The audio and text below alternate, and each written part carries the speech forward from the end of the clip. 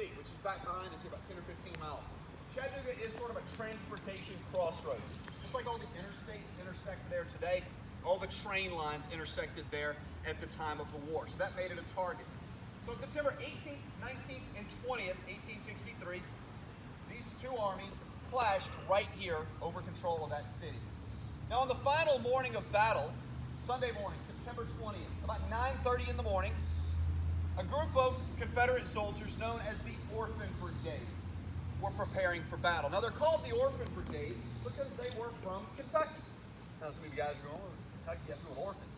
The reason that Kentucky, the Orphan Brigade, was called that was because these are Confederate soldiers from Kentucky, but the state of Kentucky had not seceded.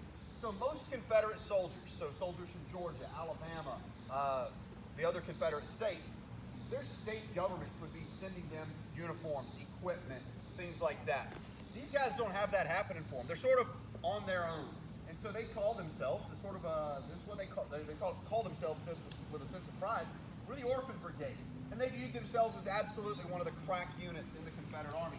A lot of them were relatively well connected politically. A lot of them, not all of them, but a lot of them were relatively wealthy, and so they were certainly one of the better equipped units out here as well.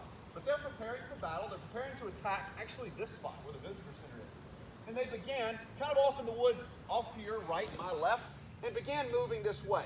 But as they began moving from right to left, they entered into a cedar glade. So I'm going to let you guys start to move right to left here.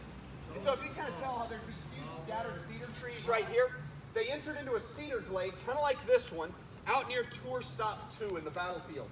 Well, the Union line was curved, and suddenly as those Confederates entered the cedar glade, Union soldiers in that curve are now firing down the side of that Confederate unit, of the Orphan Brigade. We call that the military term, if you want to know it, it's called enfilading fire. So the left end of the Orphan Brigade begins to take nasty, nasty fire from the 4th Indiana Battery, the 38th Indiana Infantry, the 94th Ohio Infantry. So again, kind of the story here is that geography didn't define which side the Orphan Brigade fought on. For them, it's not about north or south. These are men whose state didn't secede, but they are choosing to fight for the Confederacy. But geography absolutely did define their experience here. They entered this cedar glade that they didn't know was there, and that exposed them to some of the most devastating fire here on the battlefield.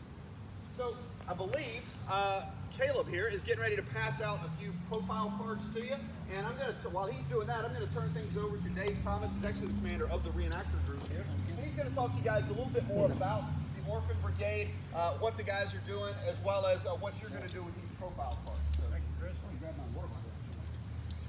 Now, folks, the Orphan Brigade is made up of 5 regiments, and interesting in that, one of those 5 regiments is the 41st Alabama. So within the Orphan Brigade are some Alabamians, and as they advance across that field down at what would be now Tour Stop 2, they're lined up from left to right,